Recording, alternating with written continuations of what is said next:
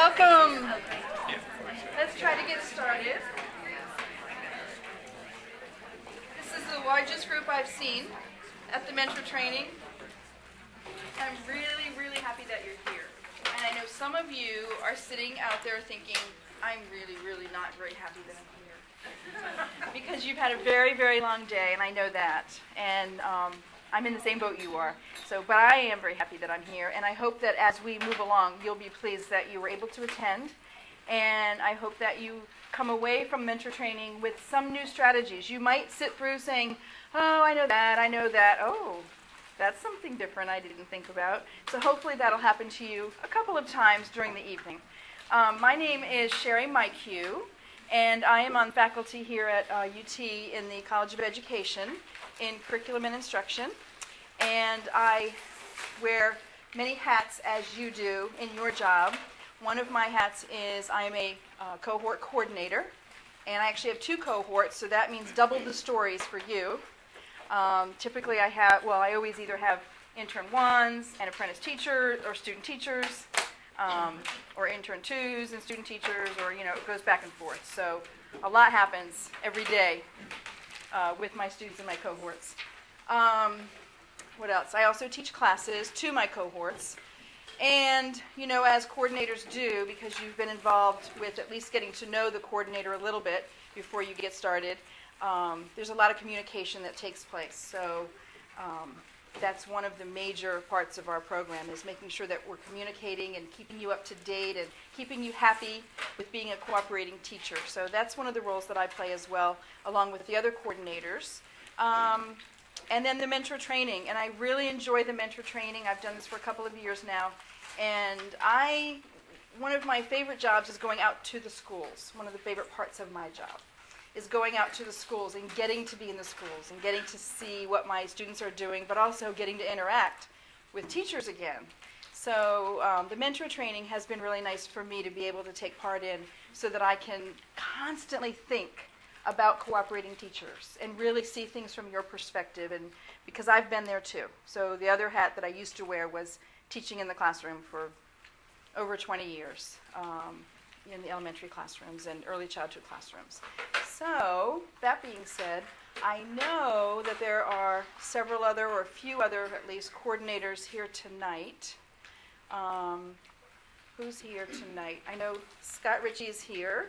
So if Scott Ritchie is someone that is working with you and you maybe have not gotten to talk to him enough, he's here tonight. Scott's waving around the room looking for people he knows. And Dr. Fred Woody is here as well, and he's in the back. So if you are an art teacher, then Fred is the one that you're going to want to meet with or talk to tonight. And is there anyone here that I haven't seen? Any other coordinators? And then there's me. So if you're one of my cooperating teachers, can you wave at me?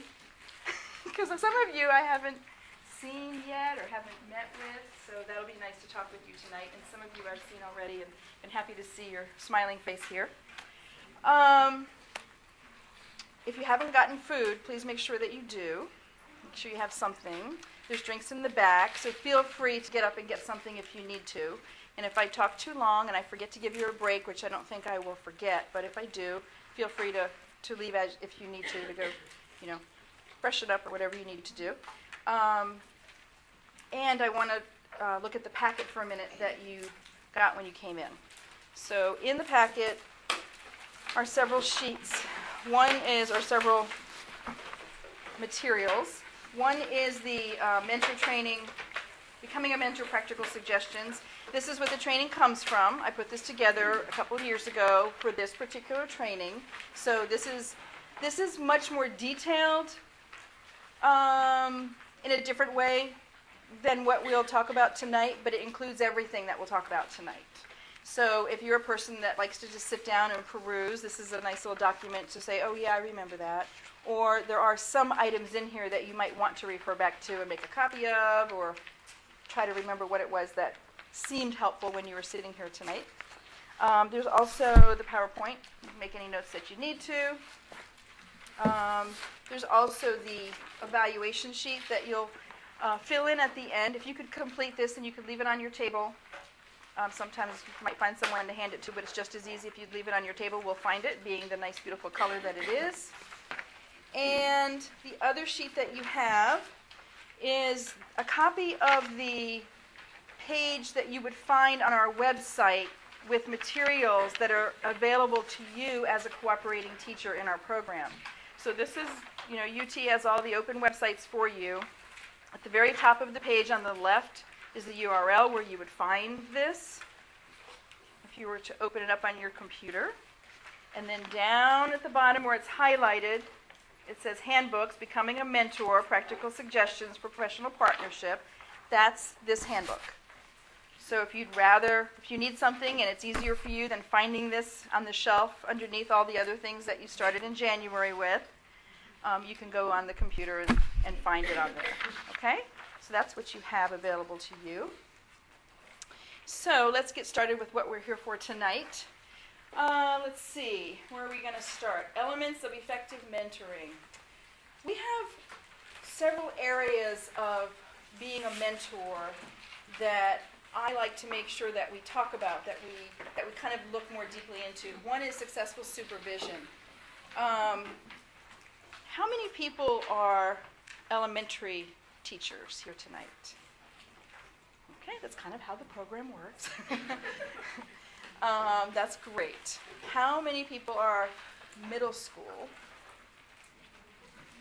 Okay. How about high school? Nice. And how about specialists other than general classroom? So art, music, PE, history, social studies, English. Okay.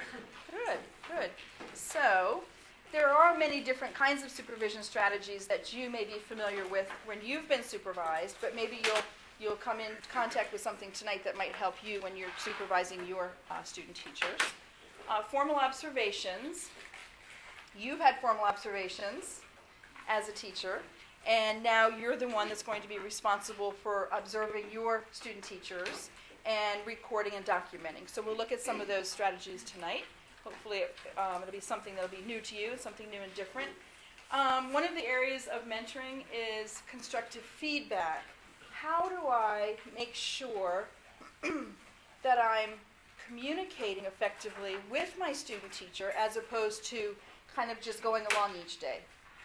How do I make sure that my student is learning from me and that I'm able to offer feedback that's helpful for them? And then the last one is reflective conferencing. The question that I would pose is, how do I make sure that when I am communicating with my student teacher or my intern, are any of you here for intern twos? Sometimes people kind of get it out of the way before they have a student teacher. Okay, so you all have student teachers. When I'm talking with my student teacher before or after a lesson, what are some of the questions and some of the techniques, some of the strategies that I can use to have a conversation where I'm not just telling them what they did and how they did it?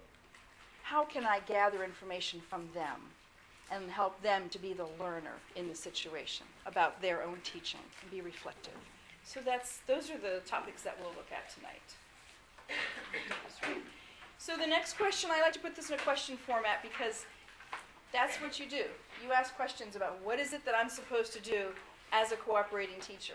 I've said I want to do this, but now I got to figure out what it is I'm supposed to do. The student's coming in 3 days. What is it that's going to happen? So what is it that I need to know and be able to do? You know you need to be able to teach. You've got that down. You've been doing it for many years. We'll look at that a little bit more later. You need to be an observer.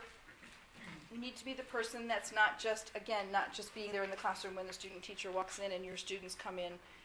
You need to be the person that is on all the time now for the next 13 weeks. All the time, not just with your own students, I guess I should say. Documenting, filling out the forms, looking at how they're doing, and then giving them that feedback from your documentation. Being able to inform them of being able to talk with them and inform them of how they're doing in an appropriate manner, in an appropriate time. And then being able to reflect as needed, as we talked about. Being able to intervene, and I have some strategies for you. How do you jump in so that you're not feeling like you're taking over? And those are the kinds of things that you even do with your own students. When you ask your students to do group work, and you're walking around and you're circulating around the classroom, how do you jump in and be part of that learning without feeling like you're actually doing it for them? And so that's one way to think about working with your student teacher. Gaining that trust from your student teacher, and then being able to trust that the learning situation that you are providing is a safe place for your student teacher to be learning how to teach. And then the last most important part of the student teaching, of being the mentor, is that you're able to let go. You're able to let your class kind of go. And you're able to go away a little bit.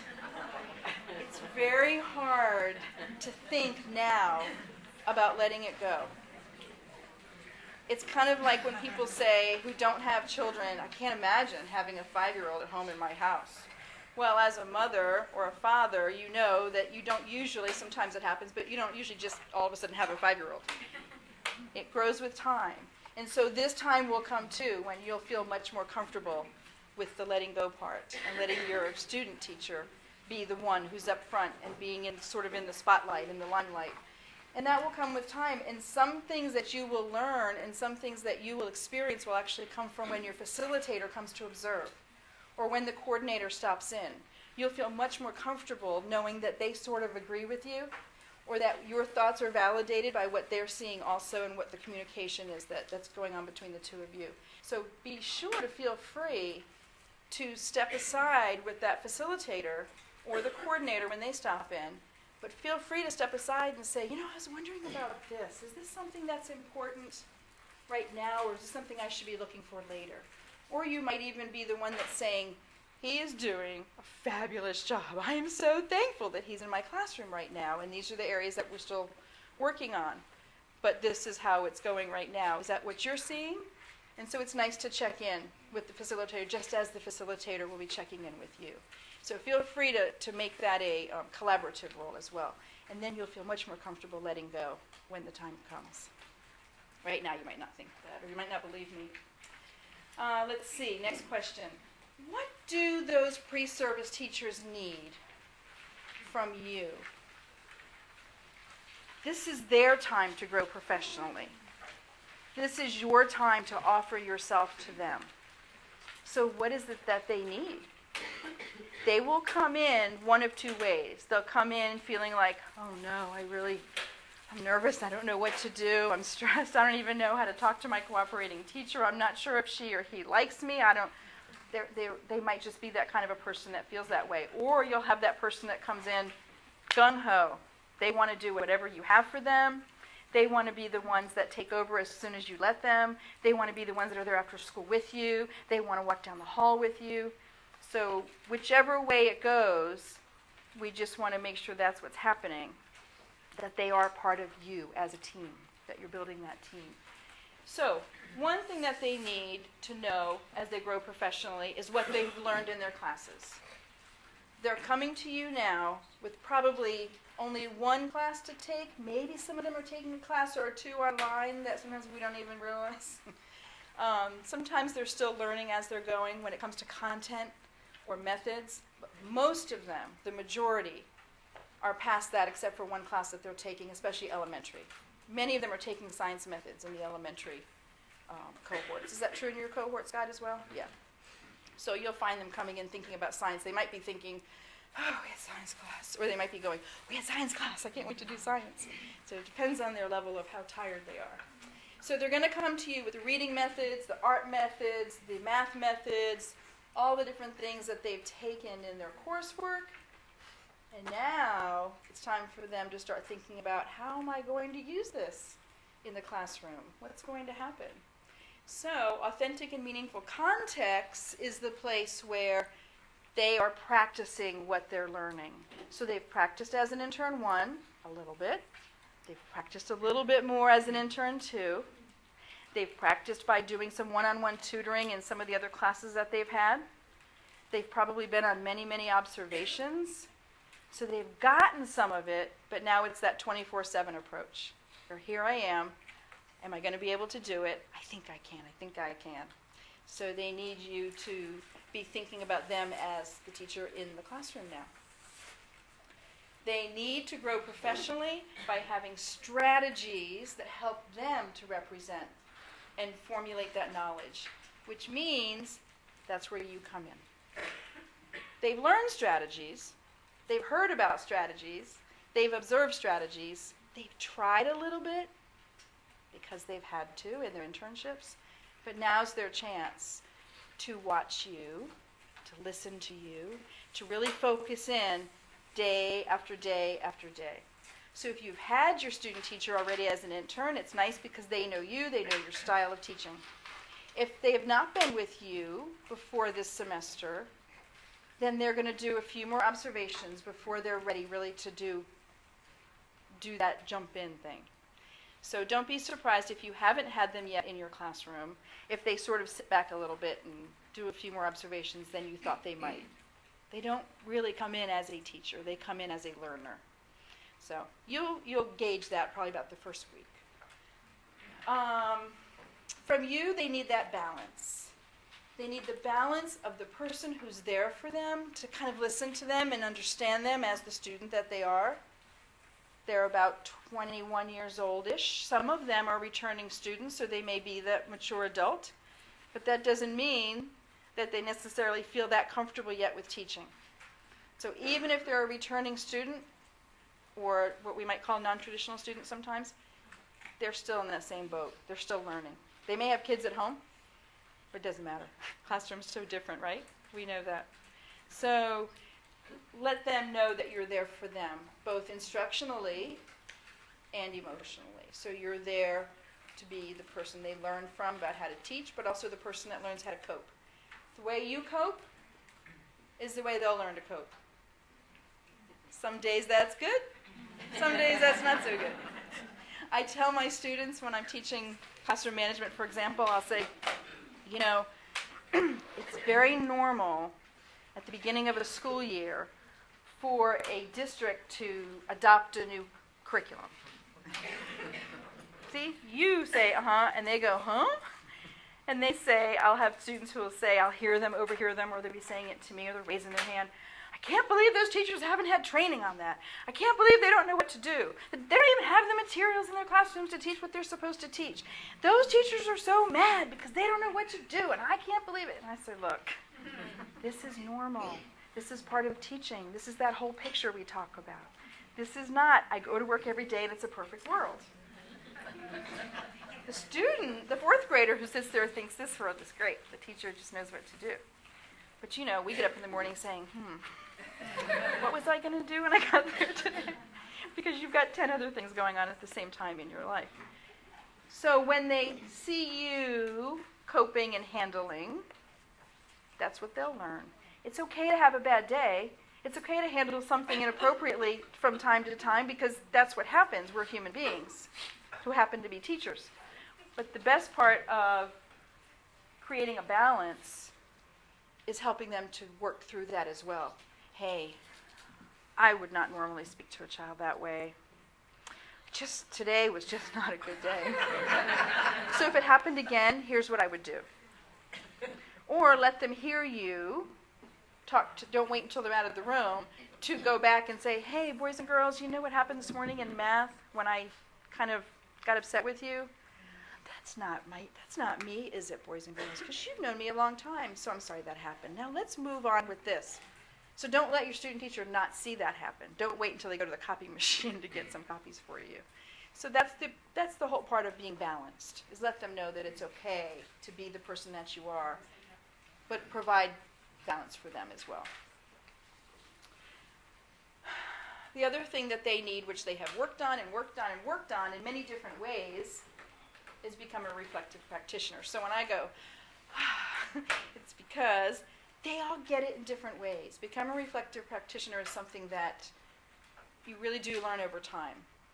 And unless all of their professors tell them exactly the same thing about being reflective, they don't really always get what that means. So they get pieces of it. And they feel confused. Well, one person says, I should write it like a journal. That's reflective. One professor says, I should learn to ask reflective questions. One facilitator I had asked me questions about what I thought about it. And one facilitator that I had told me what I needed to do. So they don't always get what reflective means. So you might want to be thinking as we go through this as well, what does reflective mean? And what does it mean to be a reflective practitioner? And how do I model that or communicate that with my student teacher? Because that's the way we grow, is by thinking about what we're doing, and how and why we did it. And there's more on that, so I won't go into that. So this is what they need from you. This is a balanced approach that you will provide anyway, whether I stood up here and told you that or not. But now you can kind of think, okay, this is what I'm going to be doing. I'm not just going to come to work and see this person, this young student coming also. There's a lot of things I need to help them with as they grow professionally. You are in the right place to be the mentor. You are in the right place in your career. In the life cycle of career teachers, it is typical to go through these stages. So the novice is the pre-service teacher, your students who are coming in. The apprentice is usually that first or second year, where when you were a first or second year teacher and you're still after school going, how did you do that? Where did you get that? I'd like to try that. Can I watch you do that? Or, I wish I had time to watch you do that because I really need to know how. And so you kind of get it through osmosis, or you get it through a workshop or professional development that you're always looking for that professional development program to help you. The apprentice. The professionally expert is usually where you are right now. So anywhere past 3 years. So 3 to 6 years, usually the professional.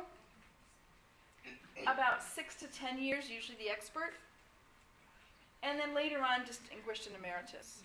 But you are probably down here, if not up here a little further. You are a person who loves what you do. Is that probably true? You wouldn't be here, right? You're a person who likes to share and collaborate. Sometimes you just can't help it. And so maybe you need a student teacher so you can have the appropriate person to share and collaborate with. And you're a person who is ready to give. It's not quite enough just to be there and teach those students, even though that's a lot. But you're ready to give back. You like to mentor. You like to think about how others learn, and you like to take it all in and give it out a little bit. So that's where that life cycle comes from. And it's important, I think, to know about this career life cycle, because if you don't realize that it's a pretty normal path that we're all on as teachers, then sometimes you don't really sometimes we don't get where other people are. We forget that the teacher that's been teaching for 3 years, you've been teaching for about 3 years. Yeah, they still need a little more than you think they do. And we need it too. People who have taught for a long time, we want to refresh. And that's the part about giving back, is you like to stay refreshed, renewed and refreshed. So that's the nice part about being that professional and expert stage. When you think about being a mentor, many times we forget that there are people in our past, or even people that are there right now, maybe we've been somewhere, the same place for a long time, who was our mentor. Someone who was important to us in our growth of becoming a professional teacher. Parker J. Palmer writes and lectures, and he's a teacher activist, and he's an educator, or was and still is, I'm sure, an educator as well. Wrote a book called The Courage to Teach. And I loved reading the whole book, and I went back and said, what is it that I want to bring out from him? Because I've always liked reading what he writes. What is it that would help me to think about mentoring and mentor training? And this quote here is what I took out, and we're going to talk to our neighbor about this. So I'm going to do with you like you make your students do in school. So he says, the imprint of good teachers remains long after the facts they gave us have faded. You know how people, your students, you've heard students that come back to you saying, I always remember you. And you have teachers like that too, probably, from your past. And it's important to thank our mentors, no matter how belatedly. So I want you to think about 2 questions to help you continue to get into that mentor mode. What made your mentor great? Who was your mentor, first of all? Who was a mentor that you've had in your past? Might be someone that taught you. It might be the first person you worked for. It might not be. It might be some special person in your life. It might be a teacher that worked down the hall when you were a new teacher. Someone in your life was a great mentor for you. So think about who that was. And then think about these two questions. What made your mentor great? And what was it about you that made great mentoring able to happen? Where were you in your life? Where were you in your learning? What allowed you to be mentored? Okay? Think about it for a minute. Find a person near you and share that information. About things like that helps you to go, yeah, that was good. I remember that person. So I hope that was a little productive discussion for you. It helps you, too, to be thinking about yourself as a mentor. Now you're that person. And I'm sure if you have agreed to have a student teacher, that you are already a mentor-type person. You don't need any training to tell you you're a mentor-type person. We're just here to kind of go through the motions of how do I make this really work for me and be productive at it. So, this is something that I like to highlight for you so that you don't feel all alone. I remember when I was teaching first grade and I was a new teacher and something just wouldn't go right, or I wasn't having a good day, or I wasn't sure if they really learned how to subtract, or I wasn't sure if they really could sound out those words. At about the end of my second year of teaching first grade, towards the end, I said to myself, with no direction, I said, you know, I'm not the only teacher that's ever going to teach them in their life, so I'm sure they'll get it at some point. And I think that's what we need to remember is that we are a team. Even in the classroom, you're a team. They have each other, they have families, they have teachers that are with them each day, whether it's the art teacher, music, PE, you, the counselor, all the different interaction. You're not alone.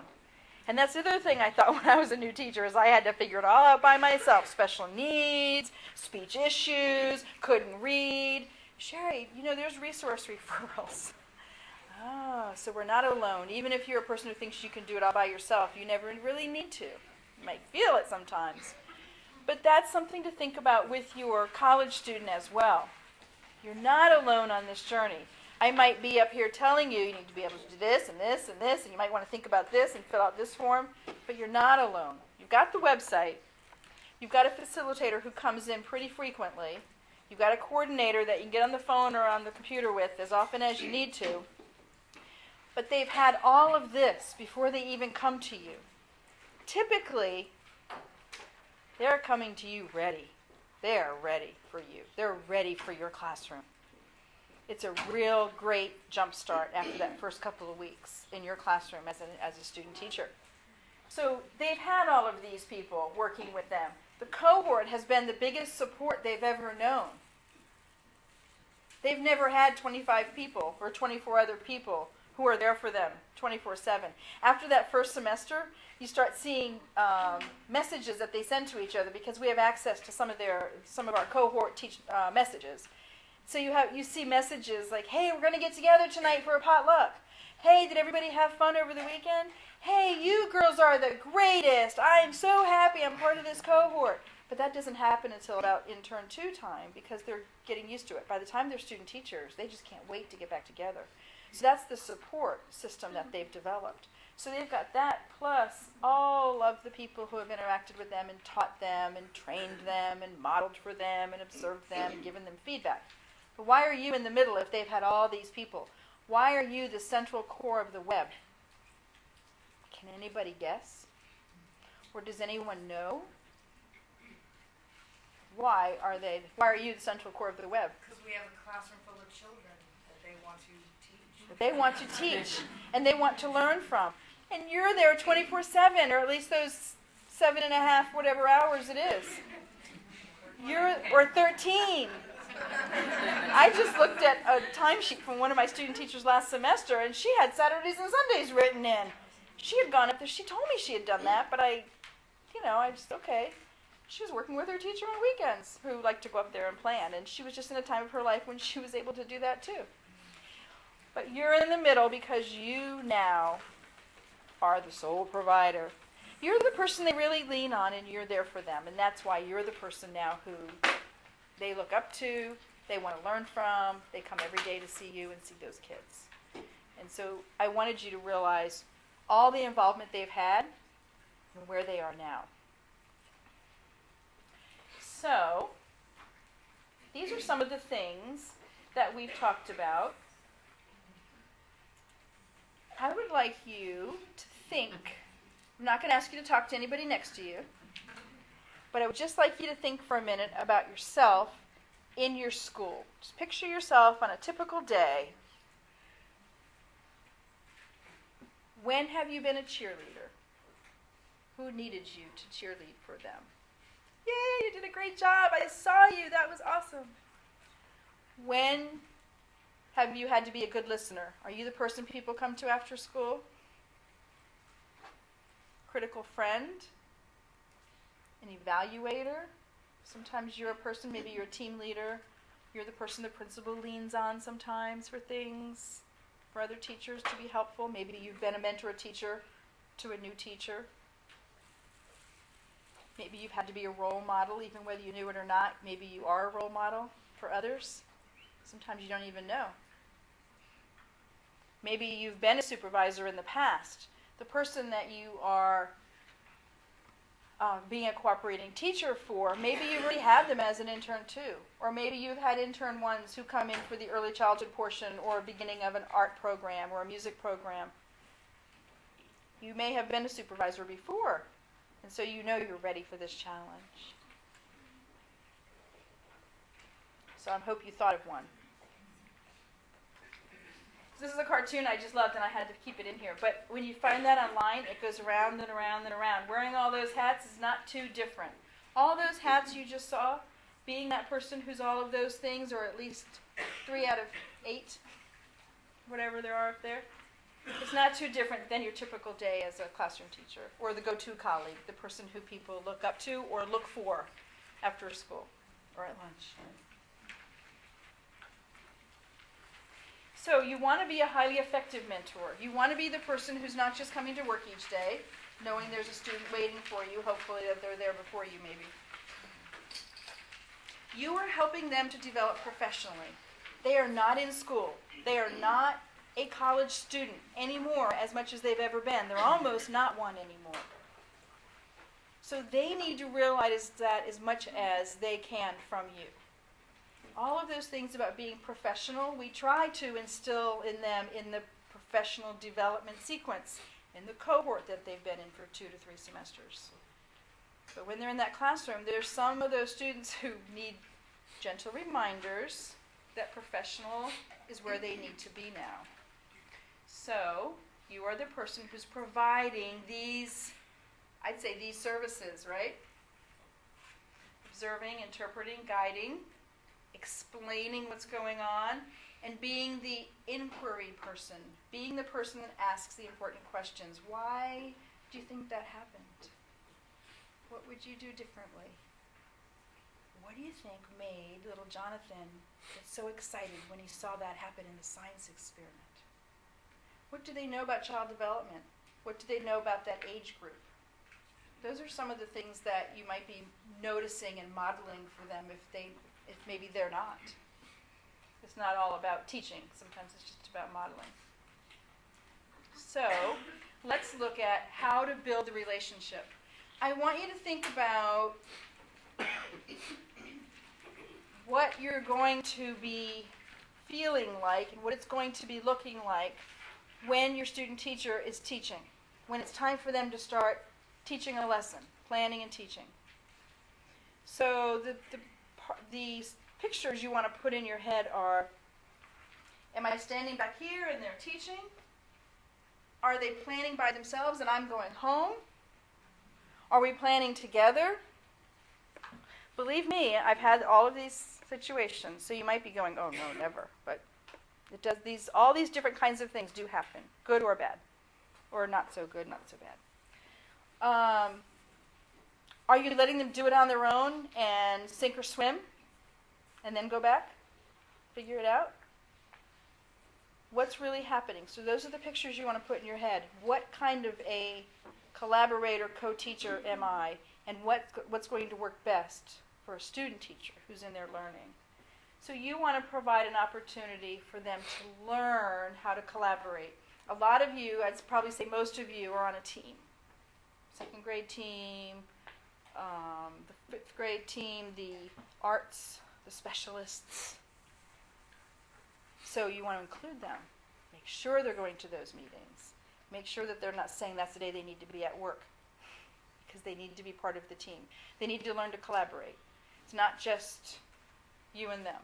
It's a team approach. That they're going to faculty meetings and they're involved in some of those groups that you're involved in. That's the part of teaching that they don't get until they're student teaching.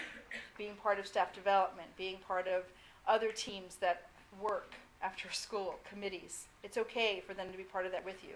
It's not necessarily required when it comes to committee work, but if you have one of those gung-ho student teachers who is there with you, go ahead and include them if it's okay with your principal and if it's okay with you. You want to make sure that you're thinking about them at all times.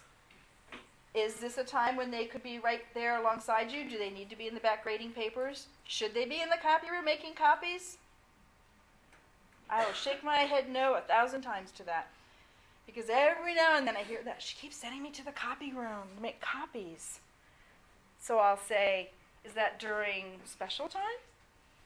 Is that during recess time? No. So we have to work on that. So they shouldn't be out of the room. They should be where you are. If you're down there making copies, they can be making copies with you. If you're planning something else and the kids are in art and it's time for them to make copies because that's a helpful thing, and they need to learn it too, and they need to learn that independence as well, that's certainly okay. But those are the kind of things to think about. What are you providing for them as far as teaming goes, being their partner? Are you able to feel comfortable modeling best practices, asking them to be watching what you're doing? They cannot come in and just start teaching. They can't just be the teacher when they haven't had an opportunity to really be a part of you and your team, which might be you and the other teachers you work with. Model scaffolding. We allow our students, we scaffold with our students. We help them to grow and learn as we're teaching. Same thing with the way that your student teacher will learn. They'll be working on trying to teach a particular type of lesson or plan a particular type of lesson or planning a unit. And you'll want to scaffold for them. You'll want to be in there with them, showing them the ropes, being the resource, sometimes being the words for them, helping them to know what to say and when to say it and when not to, what to do and when to do something and when not to. Okay? And supporting them in everything that they try. Being supportive and being understanding, yet knowing when to let them sink or swim. And of course, you're there to provide that guidance that they don't get anywhere else. They don't go back to the college campus and learn any more about teaching in your classroom than they do right there. So you are it. You are the one for them. I think this is the place where I was going to let you take a break, so I want to make sure before we talk about supervision. No. Is that okay? There's a few more slides that I want to go through. It's actually just before observation. So we'll go through a little bit of supervision strategies, and then before we talk about observations, then we'll take a little break. So, let's see.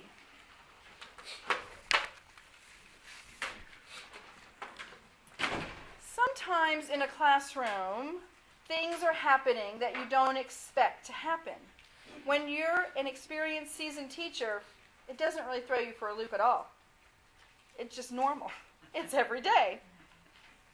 These are some of the things that have happened to you, I'm sure. A student asks a very unexpected question.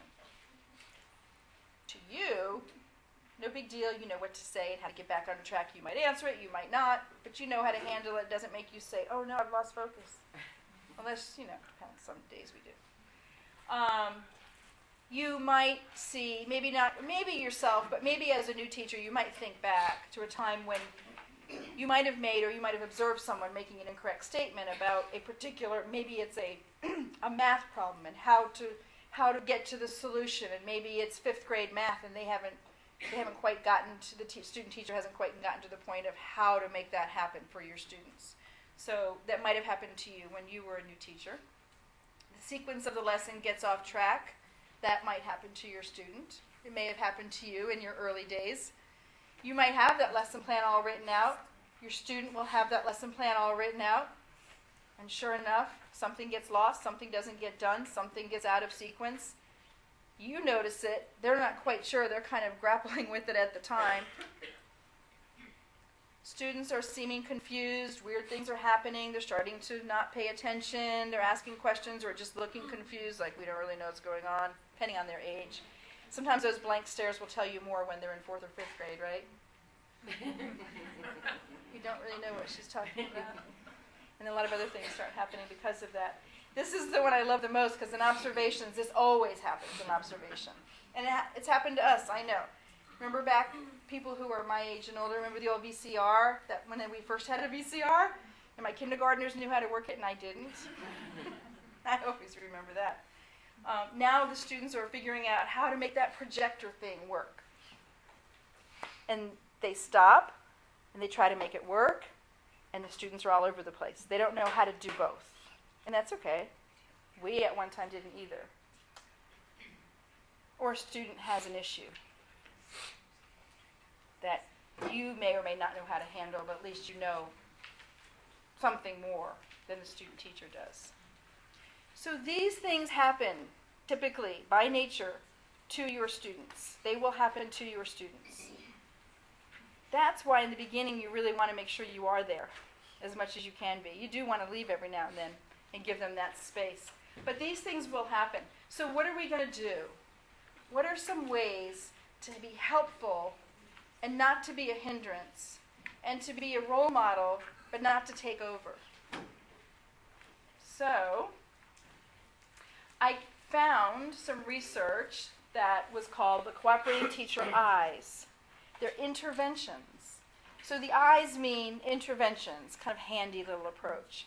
There's a lot of different supervision models out there. But I chose this one because I thought it made sense to us, kind of a practical approach. These are the things you don't want to do. You don't want to interfere, you don't want to interrogate, impeach, impugn, impede, insult. You don't want to do those things. You might feel like it at the moment, but you probably won't do any of those things because you are a person who wants to mentor and be there for your teacher and you care about that person. So, these are some things that I have found in the research that I read about cooperating teacher eyes that you may do already as a teacher who is a helpful person, and you just might not have a label for it. So here's some of the ones that can work. I'm going to look for my cheat sheet because, and it's in your book, because it helps me to not be redundant and tell you the wrong thing for the wrong eye. But let's see, interception.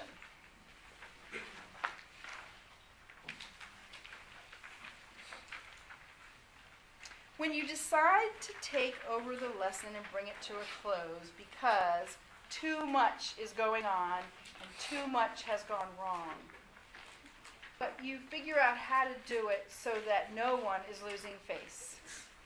You just step in and say, boys and girls, let's try this. And they don't mind, especially if you've been co-teaching and collaborating. They don't always really notice that you're kind of taking over. You just do it calmly because you're sitting at your desk or you're standing in the doorway or standing in the back and you're thinking, what am I going to do? So in certain circumstances, you may find that intercepting is the way to go. Intervening.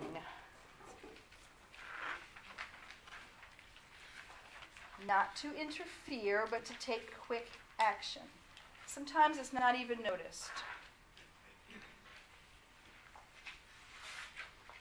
Sometimes you might just hear something that's not quite right, or a student is acting up, and you might just walk over, put your hand on that student's shoulder because the student teacher isn't even ready to deal with management while they're teaching. So you might be the person that circulated for them. And again, that's modeling, right? Because they know they should do that, but they're just not ready always to handle all the things that you can handle. Interjecting. Say they're teaching a lesson they're teaching a spelling lesson and they're giving a spelling rule.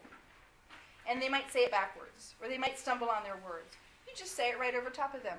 They don't even notice. The kids don't even notice. And the student teacher already knows that they need to say it, that they need to fix it. They're just not quite sure how.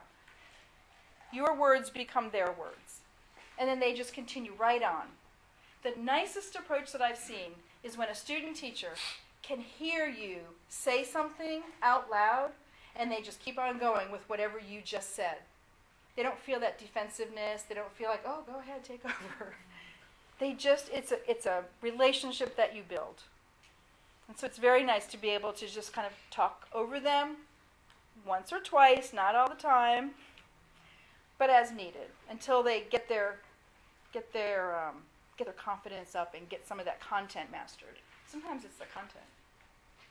Interacting with them is a nice way to co-teach. It's a nice way to be collaborative and co-teach, where they're teaching a lesson, you're being the assistant. You're teaching the lesson, they're being the assistant. They're still learning how to teach. They're learning how to manage. They're modeling what you're doing. They're thinking about how you're doing it. But they're not sitting back and observing over and over and over. They're participating, and you're interacting together. Interrupting is something that you don't always feel that, or you definitely don't feel like you should do. You think it should be on the other list of things not to do. But if there's about to be a fire drill, and you haven't talked about fire drills, you better interrupt. If the fire drill bell has already gone off, you definitely interrupt. If it's time to go to music, and time has been forgotten, you definitely interrupt, right? A child throws up, you definitely interrupt. So there are times that interrupt doesn't need to be on the other list. There are appropriate moments that you would just stop things and say, hey, 5th grade, we need to go to art. Miss Whitney, we need to go to art. Let's get going to art. Let's line up. Let's do what we do. Show Miss Whitney how we do this. It might be more in the beginning. Sometimes as they're moving on and taking over more subjects, it's like when you're learning a sport. You just can't learn it all at once, little pieces at a time. And it starts to come together like a puzzle. Ignoring is the one where you're really not intervening. You're not physically intervening or verbally intervening. You're sitting back and thinking, after math, when they're at PE, I need to make sure I mention this to her. She might not have noticed. Or I need to make sure he realizes that he needs to next time. So it's not a whole reflective conference. It's an ignoring for the moment, but remembering to go back to it to be helpful. So that's the ignore part. So, if you have labels for strategies like this, it makes it a whole lot easier to talk to your student teacher about what you did and why you did it. Sometimes I will interact with you, and I might just start teaching with you. Sometimes I might pass you sticky notes. I had a student once who used to, it was a very structured classroom. The teacher's desk was in the back. She was always right at her desk when the student teacher was teaching. Student teacher could see the teacher, but the students were facing the student teacher. And the student teacher would teach, and she'd walk to the back, and the teacher would hand her a sticky note. And she'd go right back up to the front, and sure enough, something was working well. Or she'd be teaching, and she'd be circulating, and she'd come to the back, and they'd whisper something to each other. Okay, it's going to be time to go to art, 10 minutes. And the lesson would just keep going. So if you can label what you're doing, and why you're doing it, and how you're being helpful, it's nice for them, as a growing, learning teacher, to know that this is okay. You're not telling them they're doing something wrong. You're helping them to grow. So by using these strategies, I think it's helpful for you to be able to label it. Oh, there's those eyes that might be helpful. I would like you to look back at these slides. At the 2 slides. Oh no, got to go all the way back. You could look in your book. Oops. No. See, it's that technology thing that just doesn't always work. I'd like you to look at this list, and I'd like you to, before you take a break, I'm going to give you a break, I'd like you to talk with your neighbor or somewhere near you about a time when you could use, which one of those I's, those supervisory interventions you could use in one of these situations. Try to match it up. Try to match something up. It's not a matching test. Match up one of those interventions with one of these situations, and then take a break. So there's a few slides here I'm going to go through more quickly than we've gone through the other ones until we get to the observation part. But these are a few. There's 3 what I call additional supervision tips that I think are helpful for you to keep in mind as a teacher mentor. You're a person who's mentoring with a teacher role. Sometimes you are the person who's giving them more information, how things work in the classroom. So it's really important for you to know that they don't really know what they need to know. So you really don't want them just coming in every day watching what you do necessarily only. Asking them, what can I do for you, or how can I help you today, or what can I do to be of assistance? They don't always know that. They don't know, oh, it's okay, I can do it. That's what they'll say. So you need to be thinking about how can you offer information. You're the one who's been in these situations hundreds and hundreds of times. You're the one who has planned lessons day in and day out, even if it's just in your head. They should know by the time they come to you that you do not always have these written lesson plans like they do. They'll still look for them, but you'll have to, verbalize it with them and articulate it with them and let them know, look, it's not necessarily all written down the way you think it is, but I do have plans. And some of you, because of the type of teacher that you are, or the district that you're in, or the school that you're in, have very extensive plans. And some of you have a different way of planning because you're allowed. So it's okay for them to know that and to understand that. Anyway, the point is, they can't always tell you what their needs are, so you want to be able to think ahead for them. You want to be able to take the lead. You don't want to be the cooperating teacher who kind of lets them dance around and just do what they do and then figure it out as they go. You want to be the one who can suggest things for them. You can suggest management strategies. You can suggest differentiation ideas. You can suggest how to find out whether students are learning or not, how to notice if they understand or not, why not to just keep going if they don't get it, if the students aren't demonstrating that they get it. What are some quick assessment strategies? These are things they may have learned in their methods classes, and they may have observed it with their intern 2 cooperating teacher or intern 1. But it doesn't mean that they remember all of that as they come into your classroom. It's very overwhelming. So those are just little lists of things that are helpful for them. Differentiation, management, assessment, understanding of concepts, and misconceptions that students might have. How to group students. They know they should group students. They know the students aren't always like you are right now, but they might forget. They might forget that that's something they should include in their lesson plan. So just making little mental lists like that with them and for them. And how to make the connections, how to integrate their learning, for the students to integrate their learning. Be direct with them when you need to be direct with them. Have their formal and informal observation conferences. Let them know when things are going well or maybe aren't going so well. They want to hear that things are going well. They might cry, or they might get upset if they find out something didn't go well and they thought it was okay. But that's okay, because then there's that balance of instructional and emotional support. It's pretty normal for them. I've had students that come out to conference with me after an observation and they start crying. And I tell them that's normal, and I just keep talking. They're just so emotionally involved in what they're doing. They just need that support to know it's okay. But you do want to be direct with them. You want them to know if there's a situation or if there's something that needs to be taken care of. You always want to follow up. And you want to encourage them to reflect, to do some self-reflection. And we'll talk more about that. You want your student teachers to observe you, especially in the beginning. Part of what we do in the elementary end of it is we have the pacing guide or the teaching plan that I'm sure others have use as well. And part of that is actually observing their cooperating teacher teach. writing down what they do and how they do it and when they do it and how do they do transitions and how do they get students' attention and how do they group them, and so they can really notice, pay attention. You might ask them to focus on something like, I want you to be thinking today about how I gain their attention, especially when they're new to you, because you're going to want them to follow on with what you do. If it works for you, it should work for them. If it doesn't, you might be suggesting things that might work differently.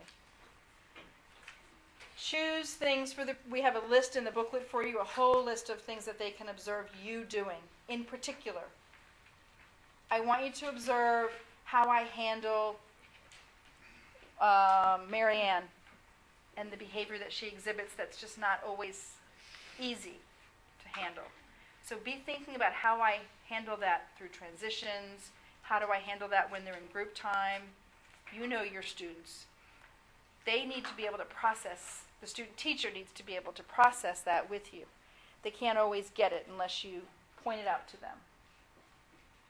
Ask them to take notes or write down questions. Some teachers have a spiral notebook some cooperating teachers that they use to switch back and forth. They will write a note to their student teacher, and then the student teacher will ask questions to them and write notes to them when they're observing them, and it's just a back and forth conversation. If you're one of those type of journaling people, if you don't have time for that and that's not you, it doesn't ever mean that you need to do those kinds of things. Sometimes the conversation is just as easy and just as well. Always make sure that you are conferencing with them and thinking about them and being reflective with them before you go home. If you can't do it in person, maybe you could send them an email that night. You did a great job today when it was time to get them ready to go outside to recess. They really handled it well. Thank you for when you see you tomorrow. Giving them something specific to think about that night. Or you might tomorrow want to try this. Do that in person, and if you can't, send them a quick note or put it in the notebook. This is the list I was talking about that's in your book. Things for them to watch for. Things for them to observe. I'm not going to go through the whole list with you. Levels of questions is a good one to be thinking about. Helping them to be critical, helping them to allow their students to be critical thinkers through the questioning techniques that they use. So you might ask them to be observing that in you. That's always a hard one for them. Okay, what are we going to move on to now? This is a real practical approach to ways to record information that you're gathering by observing your student teachers. In your handbook, in the back, in the appendix area, are some, I think it starts with Appendix 3. Scripting vertical fold in 4 squares. When you're doing a general observation, okay, today I'm going to be observing you. Just that general. I'm going to be observing you during language arts, or I'm going to be observing you during social studies. These are examples of forms that you might want to use or ways that you might want to do it. In the book, the first one is the vertical form, but let's look at this one. This is a 4-square observation form that I saw a principal doing something like this, and so I made one up because I liked it. This is a quick one. This might not be the vertical fold that I have in the book here, the one that's just the line down the middle. That's a nice way to record what you saw, what your thought is, what you saw, what your suggestion is, what you saw, what they might want to think about for next time. Okay, that's just taking a piece of notebook paper, folding it in half. You're free to make copies if you'd like, but I don't think you really would need to. That's the vertical fold. The other one is the one that I think is on the UT website, which is a piece of paper with lines. I think it's still there. This is, some facilitators will bring to you a, what's that called? The 3-copy form. NCR paper, okay. So you write out and there's 3 copies when you finish. Some people will bring that to you, and that's kind of helpful. You could do it on your computer, or you could do it on a piece of paper and make a copy of it. That's, the piece of paper with lines where you observe and write the way that makes sense to you, where you can have a conversation with your student. The one that's up here now is a more of a quick 5-minute, 10-minute, 15-minute observation. With these things that stand out to you and you would like to have a quick conversation with them, reflective conversation afterwards, nothing too major. Or you might not want to have a conversation, something you hand to them. It's a helpful piece of paper here. Writing down quickly what's going on.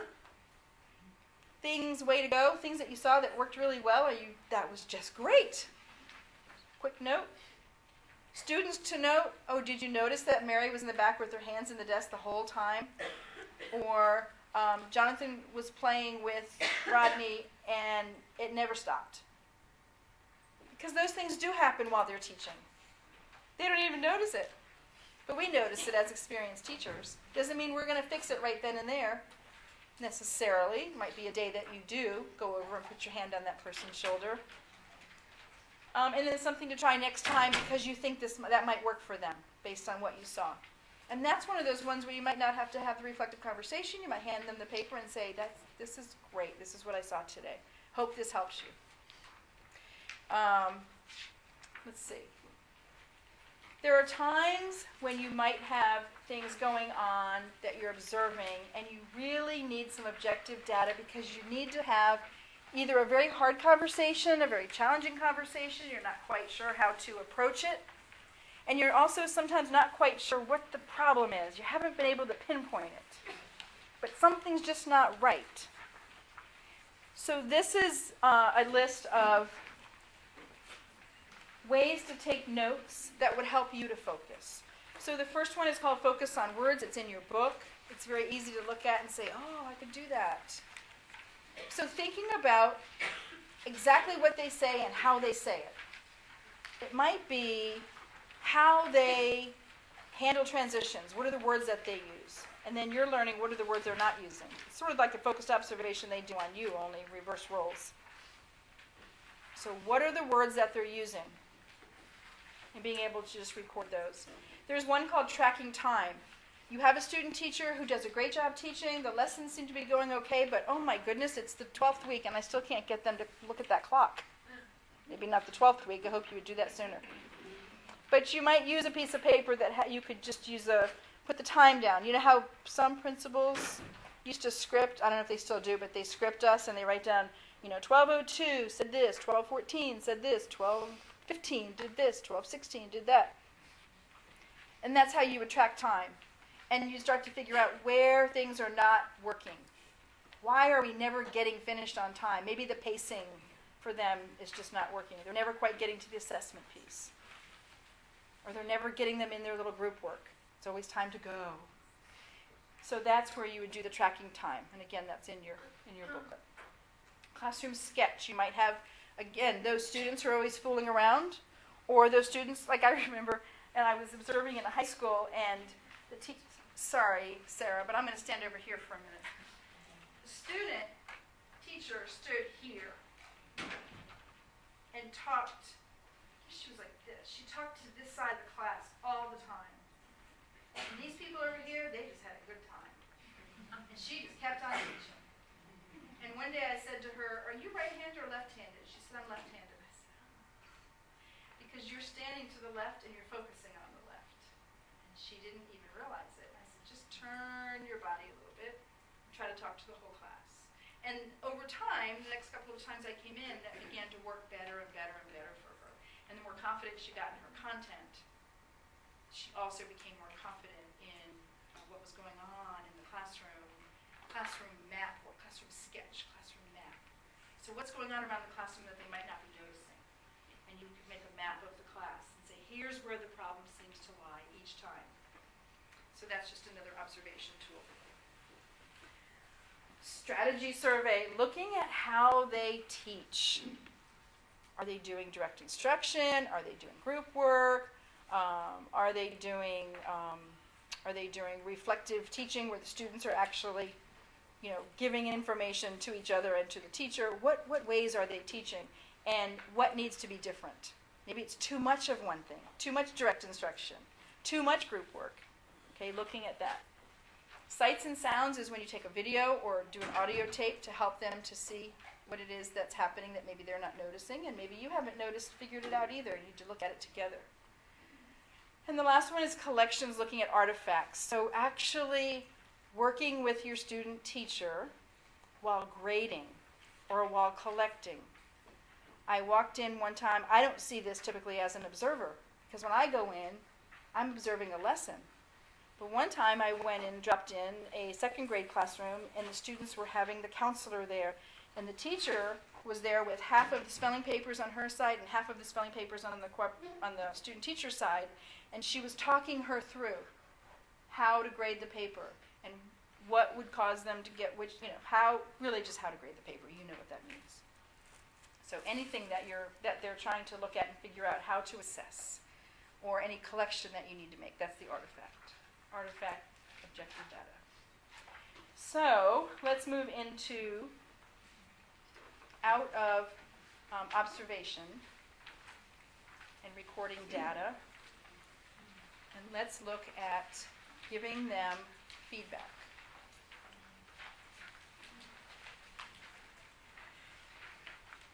Whenever you're giving students feedback, it's very important to make it relevant, and it's very important to keep it objective.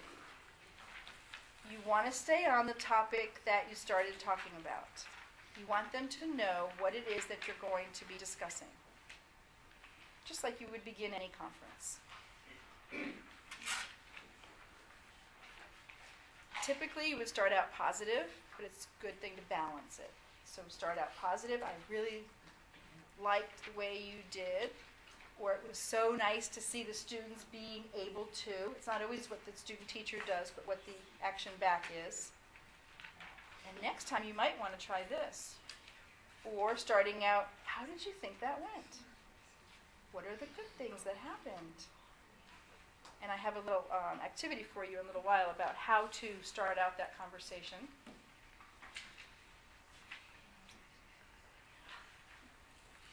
We want to make sure that in your booklet, there are reflective statements that I have up here as well.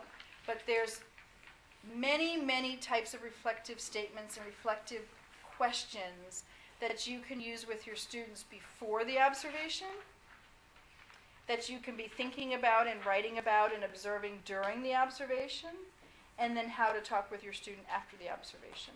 It's not always going to happen that you're going to have a pre-conversation, but you might want to choose at least one. I'm going to skip this for now.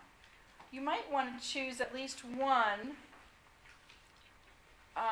conversation topic before they actually teach. And it might be during your planning time. It might be that they're planning a lesson with you, and this is when you have the conversation. You don't have to necessarily call them aside for 10 minutes on that day before the lesson. It might be, what is it that you're going to be using to make sure that the students are learning from step 1 to step 6? How are you going to pace it? What are you going to see happening? So these are questions, and these are statements or thoughts that you might use before planned observation.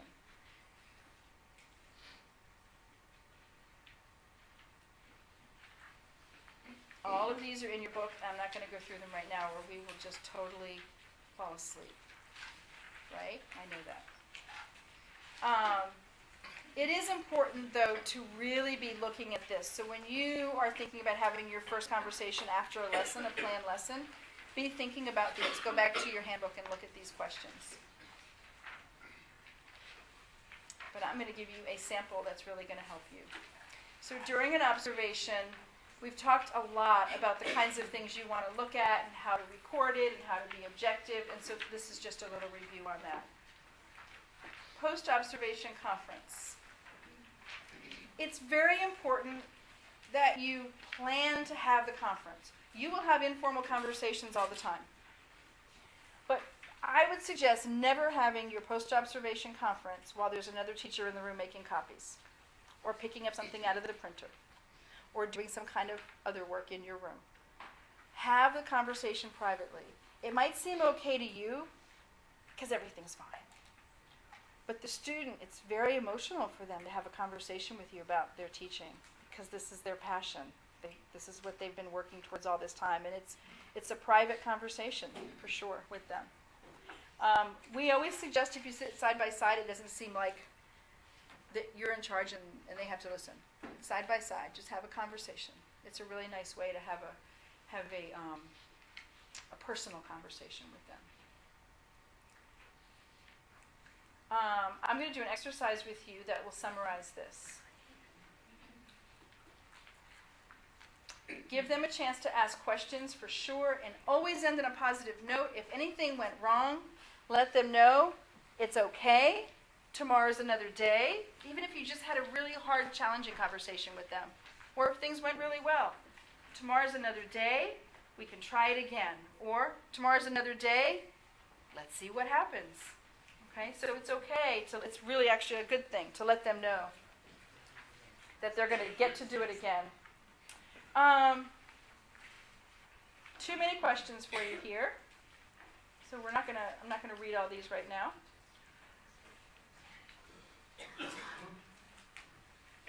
I would like you to think about something that you did today in your classroom with your students that went really, really well. Something that went really well. And I want you just to think for a minute, and then I'm going to ask you to do something with that thought. Okay? So now you know something that happened today that went really well. I want you to tell someone near you, it can be one person or two, I don't care, or three, it doesn't matter to me. Tell someone near you what it was that went well, how you knew or how you know that it went very well, what did you see or hear from your students that let you know that, and what did you do? What did you do that made it work that way? Okay, so you're thinking of something that went well. How do you know it went well? Based on what your students gave back to you. And what did you do to cause that to happen? An easy example of how to have a reflective conference, a piece of a reflective conference with your student teacher. What went well? How do you know it went well? And what did you do to cause it to go well? Because it's easy to think this. Oh, the students, they were great today. They're having a great day. Why are they having a great day? Because you caused that to happen because of what's happening in your classroom. The worst thing that you want to hear from a student teacher, to me, maybe not to you, but to me is, oh, the students, they're just all off today. It's Friday. Or it's the day before a holiday. Or it's Monday. Or, oh, we had a birthday. Or, we don't want to always give excuses, and we don't want our student teachers to learn that the students are running the class and how things are going. The class is running the way it's running because of the way we do it. We might not feel like having a great day every day. We might be letting it go because it's Friday. They don't even know what it means to have a Friday unless we let it be that way and tell them it's Friday. No wonder it's this way in here. So by having that reflective type of interaction, you're helping them to realize that it's the intentional teaching. It's what they're bringing to the classroom or bringing to the table or bringing to the group that allows the lesson or the activity or the instruction or the learning center to run smoothly. It doesn't mean every day is perfect because it just doesn't happen that way. But typically it's because we do it. We make it happen that way. So on the other hand, the other end of that spectrum is, and I'm not going to make you do this, but what is something that happened in the lesson that didn't go as well as you wish it did? Kind of what you want to say is, that bombed. They'll say that. I bombed. Well, what does that mean? Did the whole lesson bomb? No. So what happened in that, it might have become that way, but you need those eyes to help those supervisory interventions. So what is it in the lesson that didn't go quite so well or wasn't as you expected? Okay, that's right. What was it that the students did or said or showed you that let you know that it wasn't working the way you expected it when you were writing out your lesson plan last night or when we were talking about it yesterday? And then they'll tell you, because you're giving them that specific opening. What is it that you could do next time that would keep that from happening? What are some things that we might want to think about? And that's where you might come in handy as part of the reflective thinker. Well, what I've tried when that happens is, or what I've seen in the past is, or with Jonathan, when that happens, we need to do this. So that's the other end of the spectrum. That makes for a very easy reflective conference if you can think of it that way. What did you do? How do you know it was happening that way? And what was causing it, whether it's good or not so good. And especially when you start out with the positive, it's really easy to go to what didn't go so well. There's always something you can find. I've done observations where I thought, oh, what am I going to say? This is just not right. Things are not going well. You know, the kids are everywhere. And so you think about when you're teaching and you think, I remember being a first grade teacher and learning from someone, just if they can write their name on their paper, tell them that. I really like the way you wrote your name on that paper. And so I think about that. Every now and then you have a student teacher that you might have to start out that way. I really like the way you said every child's name today during the lesson at some point. That valued them as being part of our class. They tried. And then, what do you think we might have done differently when such and such happened? Or the reflective piece that we just looked at, that we practiced. So, in closing, you're going to want to look at the reflective statements because they're going to be helpful to you if you want to help your student become a reflective practitioner. If they're a reflective practitioner, that will help them to become that intentional teacher. The teacher that wakes up in the morning and gets in the shower and goes to school driving there thinking, I'm going to do this and this and this because this is what I want to happen. Not, oh, it's Friday, I just can't, I don't even want to be there, right? So, reflective thinking is a cornerstone to successful teaching. To me, successful teaching is intentional teaching. And that's what you do. You are an intentional teacher. That's why you like to be a mentor, because you're usually pretty proud of what you do and how you do it. And other people, including your principal, are proud of it too, and that's why they sign that form saying, yes, I'd like this person to be a cooperating teacher for your student. Because they are an intentional teacher. They are proud of what they do, and they're confident. That comes from everything we just talked about. You've been through it all. So, here we are at the end.